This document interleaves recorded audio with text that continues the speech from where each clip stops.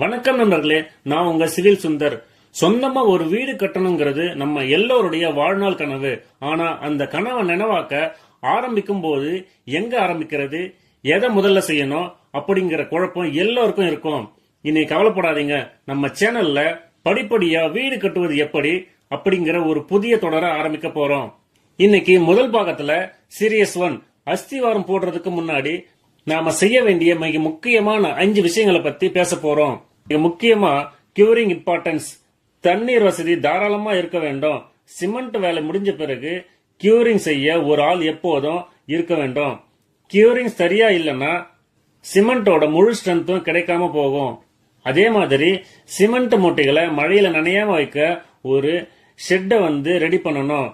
மணல் மற்றும் கம்பிகளை வைக்க சரியான இடம் இருக்கான்னு முன்னாடியே பிளான் பண்ணணும். இல்லனா மழையில பொருட்கள் வீணாகி பட்ஜெட்டோடைய செலவு எகிரிடும். ஃபைனலா இந்த 5 விஷயங்களை சரியா பண்ணிட்டாலே உங்க வீட்டு கட்டுமானத்துல 50% வெற்றி அடைஞ்சிட்டீங்கன்னு அர்த்தம். நண்பர்களே, வீடு கட்டுறது ஒரு கலை. அது அறிவியலோடு என்ஜினியரிங் சேர்த்து செஞ்சா உங்க வீடு பல தலைமுறைகளுக்கு உறுதியா இருக்கும்.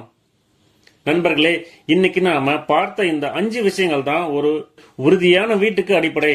இந்த ஹவுஸ் கன்ஸ்ட்ரக்ஷன் சீரீஸோட அடுத்த வீடியோவில் பார்ட் 2 மார்க்கிங் மற்றும் குழி தோண்டுவது எப்படி, மார்க்கிங் அண்ட் எக்ஸ்கவேஷன், அதை பத்தி ரொம்ப டீட்டெயிலா பார்க்க போறோம்.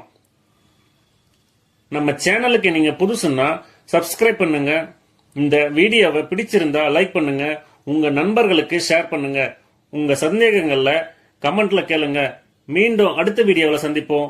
நன்றி.